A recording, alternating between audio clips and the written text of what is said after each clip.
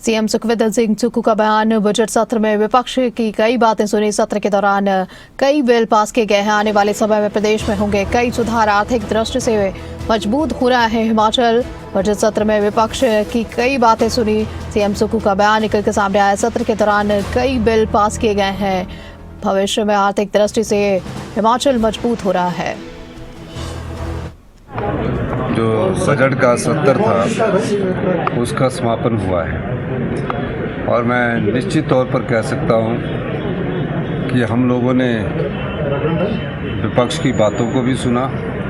कुछ ऐसे मुद्दे सदन में आए जिन मुद्दों के कारण सदन में गर्मागर्म बहस भी हुई, लेकिन कुल मिलाकर बजट सत्र बहुत अच्छा रहा।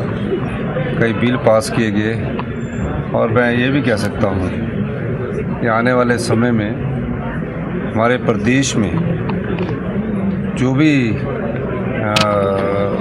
सुधार करने पड़ेंगे उन सुधारों को हम करेंगे। मुझे खुशी है कि हम लोग आर्थिक दृष्टि से मजबूत हो रहे हैं और जो हमने सुधार की प्रक्रिया अपनाई है उस प्रक्रिया में हम आगे बढ़े हैं और प्रदेश आत्मनिर्भरता की ओर बढ़ रहा है। एक बात और कहना चाहूँगा कि कई बार ऐसी बात की जाती है कि हमने पेट्रोल और डीजल के सेस का बिल पास किया और पूरे नेशनल चैनलों में चला कि हिमाचल प्रदेश की सरकार ने 5 रुपये डीजल और पेट्रोल पर बढ़ा दिए।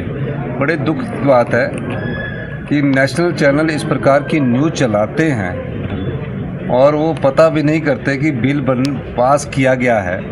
बिल के बाद उसने एक्ट बनना है और एक्ट करने के बाद हमने उसको नोटिफाई करना है और 5 रुपये अधिकतम था। उन्होंने कहा कि 5 रुपये पेट्रोल डीजल पर बढ़ा दिए। अभी तक हिमाचल प्रदेश में ना पेट्रोल की कीमतों में कोई पैसा बढ़ाया गया है, जो पिछले वर्ष से चली आ रही है वही है, ना डीजल पर कोई पैसा बढ़ाया गया है। ये तो सिर्फ एक अधिकार विधानसभा के कानून द्वारा अपने पास लिया गया है कि अगर भविष्य में कभी 2 पैसे 5 पैसे बढ़ाने हैं तो इस दृष्टिकोण से देखा जाए। लेकिन प्रेस मीडिया ने, जो नेशनल के बड़े मीडिया है, उन्होंने ये साबित करने की कोशिश की कि हिमाचल प्रदेश में पेट्रोल डीजल के रेट बढ़ा दिए गए, जो कि नहीं है। ये ठीक है कि भारतीय जनता पार्टी ने हमारा साथ नहीं दिया आरडीजी के मुद्दे पर, और आरडीजी के मुद्दे पर हमें उनसे बहुत उम्मीद थी और इसलिए हमें पहली बार हिमाचल प्रदेश के इतिहास में बजट को कम करके, पिछले साल से कम करके प्रस्तुत करना पड़ा। लेकिन इसका मतलब नहीं है कि हमारे प्रदेश में कोई आर्थिक संकट है। जो संपदा लुटा दी जाती है उस संपदा को हमने रोका है।